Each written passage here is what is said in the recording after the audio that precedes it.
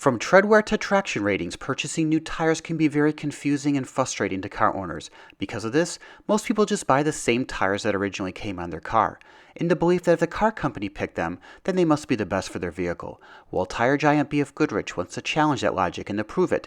They will have you drive their tire and a leading competitor back to back so that you can see for yourself. Did they succeed in showing that their tires are really better? Let's find out.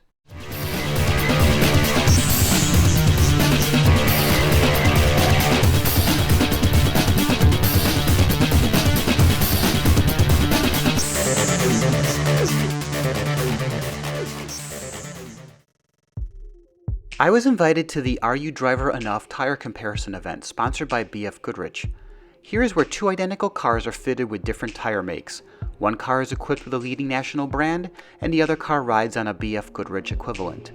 By using the exact same car, all the variables such as suspension, brakes, chassis stiffness, and vehicle dynamics are all equalized, so the focus is placed directly on the tire characteristics. The challenge was staged at the Chicagoland Speedway in Joliet, but wasn't actually inside the Speedway Oval. Instead, the event was out in the parking lot where orange cones were set up in a makeshift autocross circuit. The course was designed to showcase the tire's acceleration, braking, handling, and response. To make things more interesting, half the course was hosed down with water, forcing the tires to perform all their duties in both wet and dry conditions. The first autocross layout featured two front-wheel drive Mazda 3 sedans, and was designed to showcase a more versatile tire where handling and traction were important, but ride quality was also a priority. The gray Mazda 3 was equipped with BFGoodrich Advantage TA Sports tires, while the white Mazda had on competing Goodyear Assurance Fuel Max tires. First up was the gray Mazda 3 on the BFGoodrich tires. The Mazda comes off the line with just a little bit of torque steer. Acceleration was linear and smooth. Wet braking immediately triggers the ABS, where the car comes to a brisk and controlled stop. In the S-turns, the tires are squealing somewhat, and the car's chassis was in a roll, yet the Mazda was still predictable and not wanting to veer off the intended path. Grip was great, hardly any understeer. Steering feel, although a little light and numb, is progressive and felt very connected. I know what the front tires are doing and found it easy to point the car exactly where I wanted it to go. Overall, the Mazda shines with great handling and poise. The next run was in the white Mazda 3 with the Goodyear Assurance Fuel Max tires. Hitting the accelerator gave a quick chirp from the front tires. Definitely this lack of traction was not found on the BFGoodrich tires. Braking brings on ABS, but stopping takes longer, much longer in fact, about a full extra car length. In the S-turns, the tires were definitely howling and grip was down. The tail end did not feel as planted. It felt like the car was responding a second slower to steering inputs.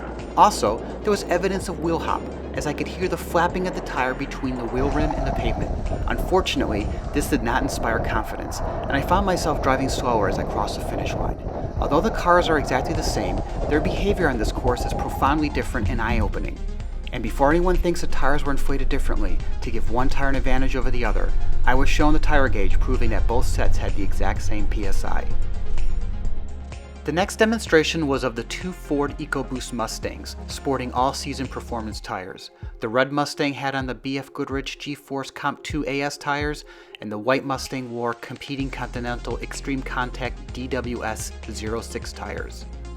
I started off in the red Mustang on the BFGoodrich tires.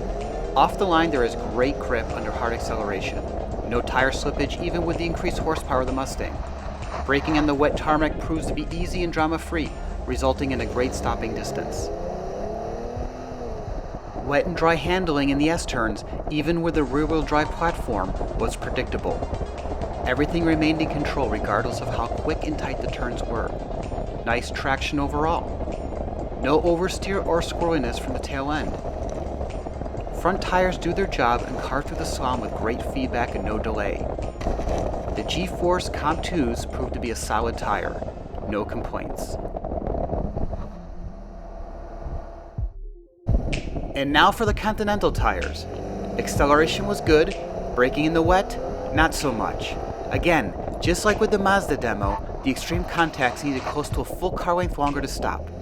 In the turns, there was a lot of noise, with grip being pretty good, but not exactly at the Comp2 level. The S-turns felt decent, but it was in a tight slalom with all the quick left and right turns where the extreme contacts seemed to have met their match. There was a disconnect where the back end of the car seemed to be doing its own thing, and not exactly what I wanted. They just didn't seem to have that mechanical directness that the BFGoodrich tires had. Honestly, I am shocked that the more expensive Extreme contacts were outperformed by the cheaper BFGoodrich Comp2 tires, and not just subjectively either.